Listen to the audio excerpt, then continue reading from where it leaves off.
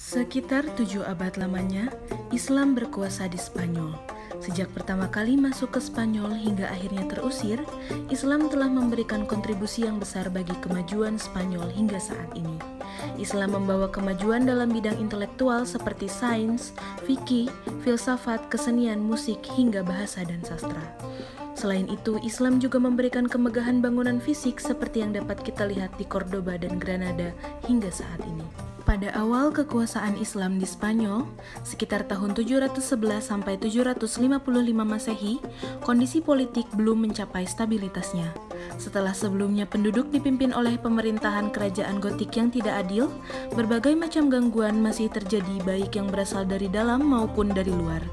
Hingga seorang penguasa baru datang yaitu Abdurrahman Ad-Dakhil pada tahun 755 Masehi. Pada masa pemerintahannya lah, umat muslim di Spanyol mulai mengalami kemajuan, baik dalam bidang politik maupun peradaban. Masjid Cordoba seluas 4 lapangan sepak bola serta sekolah-sekolah di kota-kota besar di Spanyol didirikan oleh Abdurrahman Ad-Dakhil.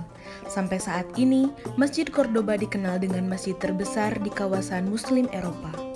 Memasuki abad ke-9 yang diawali dengan masa pemerintahan Abdurrahman An-Nasir, Islam Spanyol mencapai puncak kemajuan peradaban hingga menyaingi kejayaan pemerintahan Abbasiyah di Baghdad. Kemajuan peradaban yang diraih pada masa kejayaan Islam di Eropa dibagi ke dalam dua kategori, yaitu kemajuan intelektual dan kemegahan pembangunan fisik. Kemajuan di bidang intelektual yang berhasil diraih diantaranya dalam bidang filsafat, dikenal seorang ahli filsafat pengikut Aristoteles yang berasal dari Cordoba yaitu Ibnu Rushd. Kemudian dari bidang sains muncul seorang ahli kimia dan astronomi yaitu Abbas bin Farnas yang pertama kali menemukan kaca dari batu. Lahir pula Ahmad bin Ibas sebagai seorang ahli obat-obatan. Abdul Rahman Al-Khazani sebagai ilmuwan dalam bidang fisika, Ziyad bin Abdurrahman dari bidang fikih, sedangkan dari bidang musik dan kesenian dikenal banyak penulis dan musikolog barat seperti Gundi Salfus, Robert Kilwardy, Adam de Fulda, dan lain-lain. Serta dari bidang sastra dan bahasa adalah salah satunya yang terkenal Ibnu Khuruf. Selain kemajuan di bidang intelektual, peradaban di Eropa juga tercermin dalam kemegahan pembangunan fisiknya.